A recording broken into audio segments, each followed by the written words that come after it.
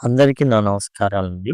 కాకతీయ శాతవాహన యూనివర్సిటీకి సంబంధించి degree second సెమ్‌లో 'bending Shoes' అనేటటువంటి పోయెమ్‌కి రాసింది ఈవి రామకృష్ణ. మనం దీనికి సంబంధించినటువంటి నోట్స్ అవంతా కూడా మనం చూసున్నాం. ఇప్పుడు మనం ఏందంటే యానోటేషన్. సింపుల్‌గా ఏ యానోటేషన్ ఇచ్చినా గాని మనకు 8 మార్కులకు ఉంటుంది.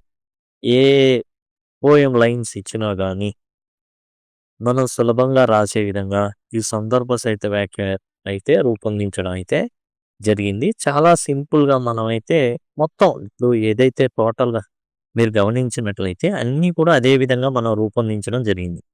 ఇవండి మీకు కనబడుతున్నయి ఏవైతే ఉన్నాయో అవన్నీ కూడా సానెట్ అని 30 గాని, 130 కానివ్వండి. తర్వాత lines written in early spring కానివ్వండి. టాకింగ్ ఇన్ దేర్ స్లీప్ కానివ్వండి.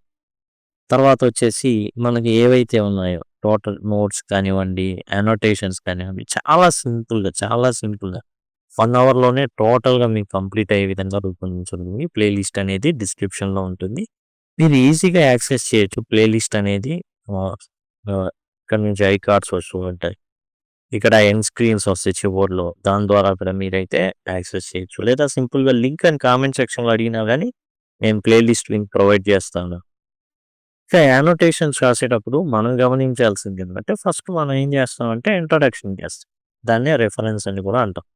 ఎవరు రిఫర్ చేశారు అంటూ ఉంటాం. రిఫరెన్స్ రిఫరెన్స్ అంటే ఇంట్రడక్షన్. ఈ లైన్‌లు ఎక్కడి నుంచి తీసుకొని ఎక్కడిది, ఏ పాఠంలోది, ఎవరు రాశారు. These lines are from the poem 'Bending Shoes' అది రాస్తాం. It is written by EV Ramakrishna అనేది రాస్తాం. Which describes a cobbler repairing shoes at the end of the day. Reference ఏంటి అంటే these lines are taken from 'Bending Shoes'. 'Bending Shoes' అనేటటువంటి పోయెమ్‌లో నుంచి తీసుకోవడం జరిగింది. రాసింది ఎవరు? ఈవి రామకృష్ణనైతే రాయడం అయితే జరిగిందనమాట. దేని గురించి ఇదంతా అంటే ఒక చెప్పులు కుట్టుకునేటటువంటి వ్యక్తి సాయంకాలం చెప్పులు కుడుతున్నాడు. అది మామూలుగా రిఫరెన్స్ సరిపోతుంది. కాంటెక్స్ట్. సందర్భం ఏంటి? పోయెట్ ఎవరు ఈ poet? EV Ramakrishna. Is watching a cobbler who sits under a neem tree. ఓ వేప చెట్టు కింద కూర్చొని ఉన్నాడండి. And calmly fixes his torn shoes. And చినిగిపోయినటువంటి మేజర్లు ఏవైతే ఉన్నాయో, షూస్ ఏవైతే ఉన్నాయో వాటిని ఏం చేస్తున్నాడంటే కుడుతున్నాడు. While the world is changing with big news on the radio. యాక్చువల్‌గా ఈ రామకృష్ణ ఆడన్నాడు తన చెప్పులు తెగిపోయినియి. ఆ చెప్పులను అక్కడ ఇచ్చాడు. ఇచ్చిన తర్వాత అంతా చూస్తున్నాడు. చుట్టూ చూస్తున్నాడు. కానీ ఈ కాబ్లర్ ఎవరైతే ఉన్నాడో అట్లా చూడట్ల. తన చెప్పుల వంకే చూస్తున్నాడు. తన చెప్పులు తన మేజర్ షూస్ ఏవైతే ఉన్నాయో వాటి వంకాయ చూస్తూ ధ్యాసతో తదేక దీక్షతో దాన్ని కుడుతున్నాడు. ఇతను మాత్రం చుట్టుపక్కల చీకటి పడుతుందా? ఎక్కడ లైట్ ఎవరు రైటరు పోయెట్ ఎవరైతే ఉన్నారు ఈవి రామకృష్ణ. ఎక్కడ వెలుగుతుంది? ఎక్కడ ఏ న్యూస్ వస్తుంది? పాన్ షాప్‌లో నుంచి వచ్చేటటువంటి ఆ న్యూస్ ఏంటి? ఇయన్నీ గమనిస్తున్నాడు.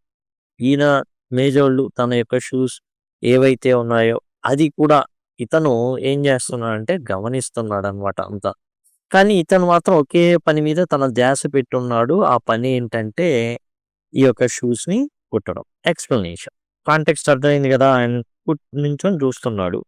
అండ్ ఎక్స్‌ప్లనేషన్ వివరణ. The cobbler repairs the shoes gently. ఈ ఎవరైతే ఈ మేజోళ్ళు ఈ షూస్ కుడుతున్నాడో చాలా, చాలా సున్నితంగా కుడుతున్నాడు.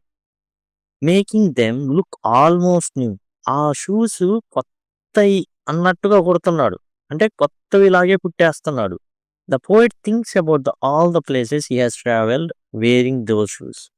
ఆ షూస్ వంక చూసినప్పుడు ఆ అరిగిపోయినవి ఆహ్, ఏవైతే చెప్పులు తెగిపోయినాయనో వాటి వంక చూసినప్పుడు పలానా ప్లేస్ నేను తిరిగాను గదా!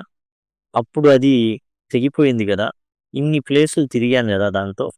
అక్కడ బాగా తిరిగాను గదా! అందుకే అది అరిగిపోయింది ఆ ప్రాంతంలో. యాస్ ఎ కాబ్లర్ స్టిచెస్ ఈ చెప్పులు కుట్టే వ్యక్తి కుడుతున్నప్పుడు it feels like he is preparing the shoes for more journeys. ఎందుకు కుడుతున్నాడిప్పుడు? రాబోయేటటువంటి అనేకమైనటువంటి యాత్రలకి ఇతను ఎవరు? ఈవి రామకృష్ణన్ చేసేటటువంటి ప్రయాణాలన్నిటికి కూడా రాస్తున్నాడతను. When cobbler leaves he looks at the bright lights of the city. ఎప్పుడు చూస్తున్నాడు ఈ చెప్పులు కుట్టే వ్యక్తి? వెళ్ళిపోయేటప్పుడు చూస్తున్నాడు. అరే! లైట్‌లన్నీ వచ్చేసినియే. అరే! చీకటి పడిపోయింది. And the poet feels that somewhere someone is beginning a new chapter in life. ఎవరో జీవితంలో కొత్త అప్పుడే పుట్టినట్టు ఒక చిన్న బాబో, పాపో పుట్టి ప్రపంచంలోకి అడుగు పెడుతున్నట్టుగా తన ఏదైతే షూస్ ఉన్నాయో అవి కూడా కొత్త ప్రపంచంలోకి అడుగు పెట్టబోతున్నాయి. కొత్త ప్రయాణాలు చేయబోతున్నాయి. Just like using a new pair of shoes. ఈయన ఎట్లయితే కొత్తవి లాంటివి, కొత్తవి కావు కానీ లాంటివి ధరించి బయలుదేరుతున్నాడు. అట్లానే ఎవరో ఒకళ్ళు మంచి స్టార్ట్ అనేది చేస్తారు అనేసి ఆయన అభిప్రాయపడ్డాడు. కంక్లూజన్ లేకపోతే రిలయన్స్. రిలవెన్స్ అంటే ఏందంటే, ఇప్పుడున్న ఏదైతే సందర్భం ఉందో, ప్రస్తుత సమాజానికి అది ఏమైనా ఉపయోగపడుతుందా? ఇప్పుడు మనం చదువుకునేది అన్న ఉద్దేశంలో అయితే రిలవెన్స్ అనేది ఉంటుంది. The poem shows how small acts like mending shoes can bring new hope and new beginnings. చిన్నదే ఈ యొక్క చెప్పులు కుట్టడం, షూస్ ఇక్కడ కుట్టడం అనేది చాలా చిన్న విషయం. దీని గురించి పెద్ద గొప్ప గ్రంథాలే రాయనక్కర్ల. కానీ తర్వాత జరిగే జర్నీస్ ఉంటాయి చూసారా? అవి రాయబడతాయి పెద్ద పెద్ద గ్రంథాల్లో. It reminds us that life continues with fresh journeys. కొత్త ప్రయాణాలు. Just as repaired shoes are ready to walk అయ్యాయి. ఇక్కడ ఏదైతే షూస్ అనేవి రెడీ అయినాయో అవి కొత్త ప్రయాణాలు చేయబోతున్నాయి. ఇక్కడ చిన్నవే ఇవి చాలా చిన్న బిగినింగ్సే, చిన్నవే. ఈ చిన్నవే పెద్ద పెద్ద విషయాలకు దారి తీస్తున్నాయి. కాబట్టి చిన్న చిన్న పనుల పట్ల అలసత్వం అనేది మనం చేయకూడదు, ఉండకూడదు అనేసి దీంట్లో అయితే చెప్పడం అయితే జరుగుతుందనమాట. ఈ విధంగా మనం రెఫరెన్స్ రాస్తాం, కాంటెక్స్ట్ రాస్తాం, తర్వాత ఎక్స్‌ప్లనేషను, రిలవెన్స్ ఆర్ కంక్లూజన్ అనేది వీటితో కంప్లీట్ చేస్తాం. ఏది ఇచ్చినా గాని అదే రాయొచ్చు. ఇది ఒక్కదానికే కాదు, పూర్వం ఏదైతే మనం చెప్పుకున్న 5 పాయింట్స్ వాటికి సంబంధించి కూడా అన్నీ కూడా ఇట్లానే రాసే విధంగా ఇన్ టోటల్ అయితే ఇవ్వడం జరిగింది. చాలా సులభంగా ఉంటుంది మీకు ప్రిపేర్ అవ్వడానికి. ఇదండి. Thank you. Thanks a lot.